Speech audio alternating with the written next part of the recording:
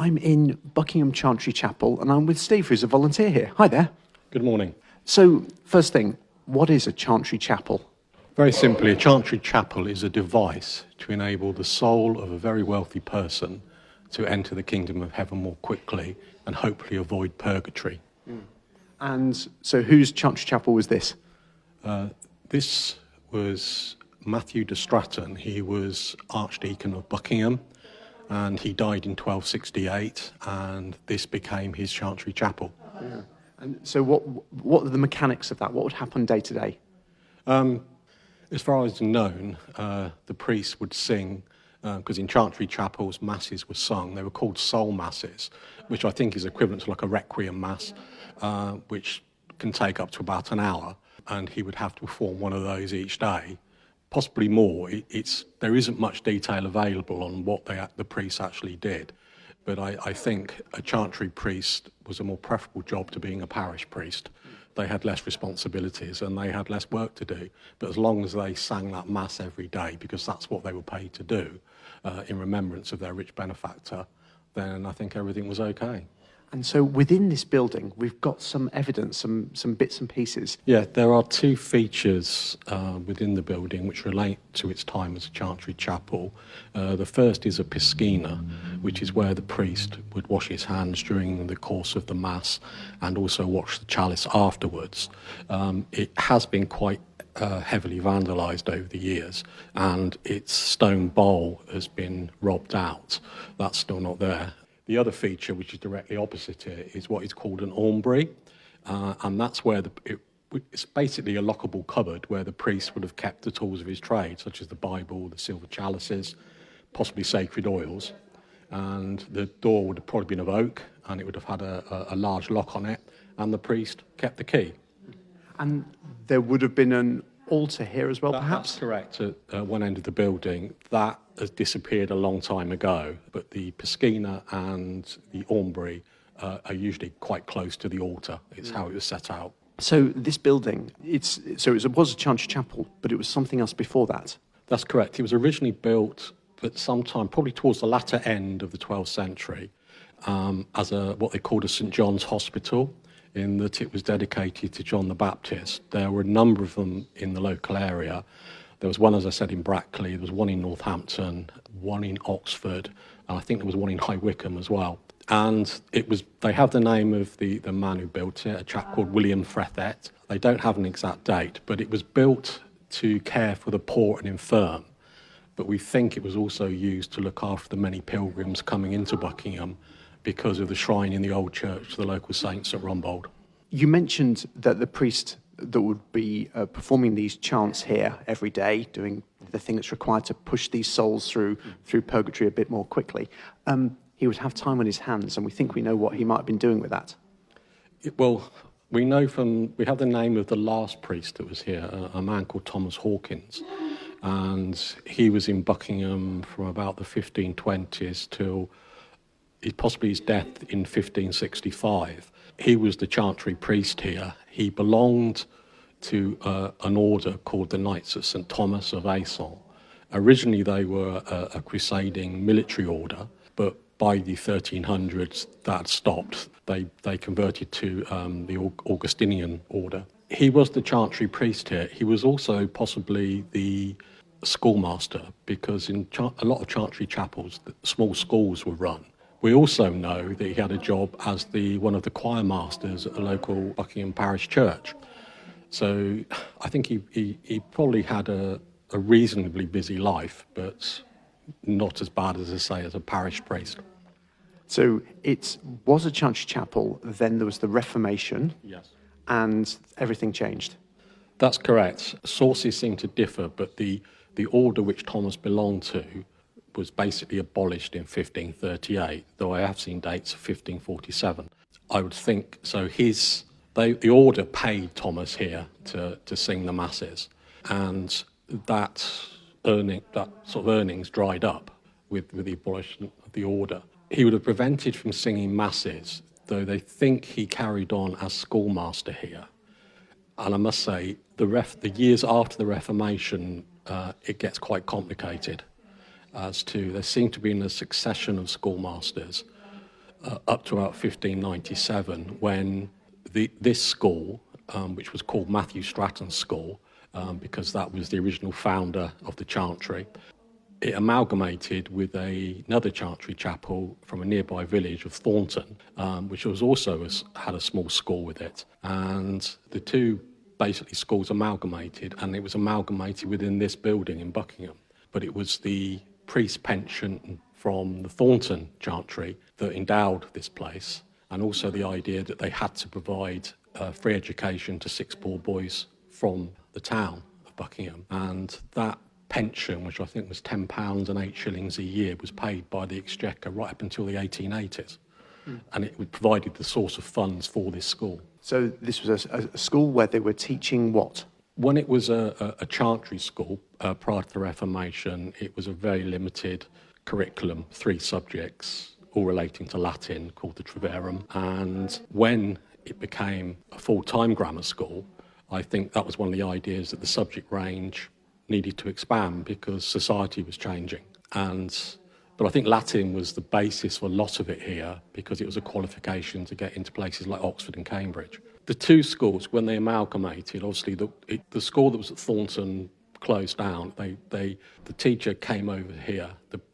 They used the priest's pension from Thornton College to endow this school. And also the school at Thornton had the royal title given to them by Henry VIII's son, Edward VI.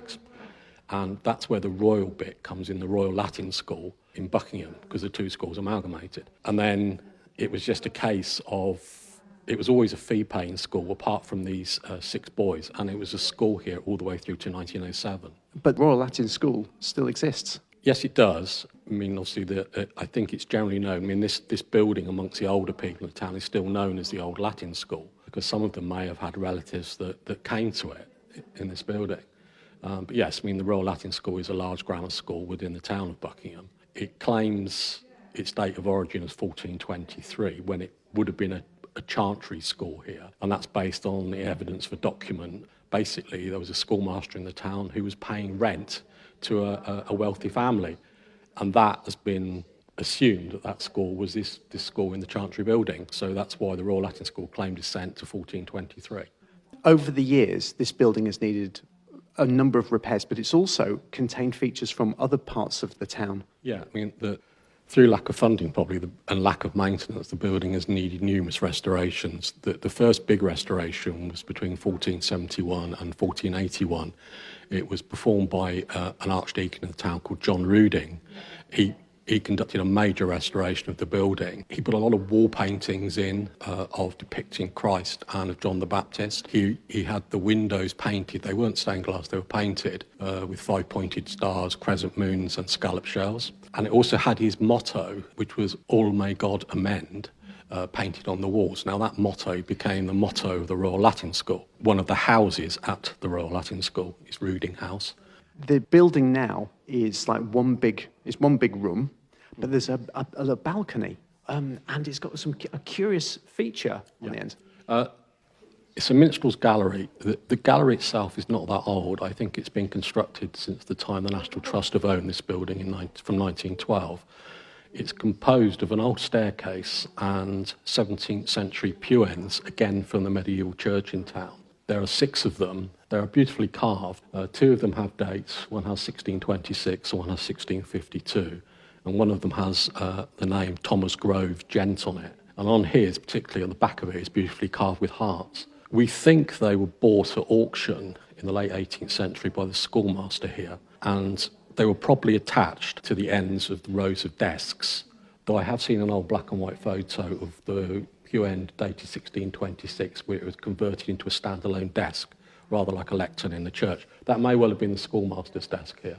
The beams in the roof are medieval, but they don't belong to the building. They brought from the old church, again in the late 18th century. The chantry needed a new roof, and the Duke of Buckingham at Stowe funded the restoration, and they restored it with beams taken from the old church. The next major restoration was in the mid-1870s by the famous Victorian architect George Gilbert Scott, who was a local man, and he made various changes to the building, I think primarily to get more light into the school. He put 3 trefoil windows in, one at the front of the building, 2 at the back. He also knocked through above the door, the Norman archway, which I think is called a tympanum, and he put 2 windows in, one of which is hinged so it can open. He also put a bell tower on the roof of the school, and he restored various windows as well. So he did quite a lot of work in it, and I also think he put the flooring down, this wood flooring. There is a mention of a floor being put down composed of small pieces of wood, which sort of quite adequately describes what we've got here. So yeah, he made major changes, because one of the problems the school had was lack of ventilation, because none of the windows opened in the building. And the only way that the boys could get any sort of fresh air in here was opening the front door, which must have been quite difficult in the winter. So yeah, that was the last major restoration of the building. It was between 1875 and 1880. This building seems to be semi-detached.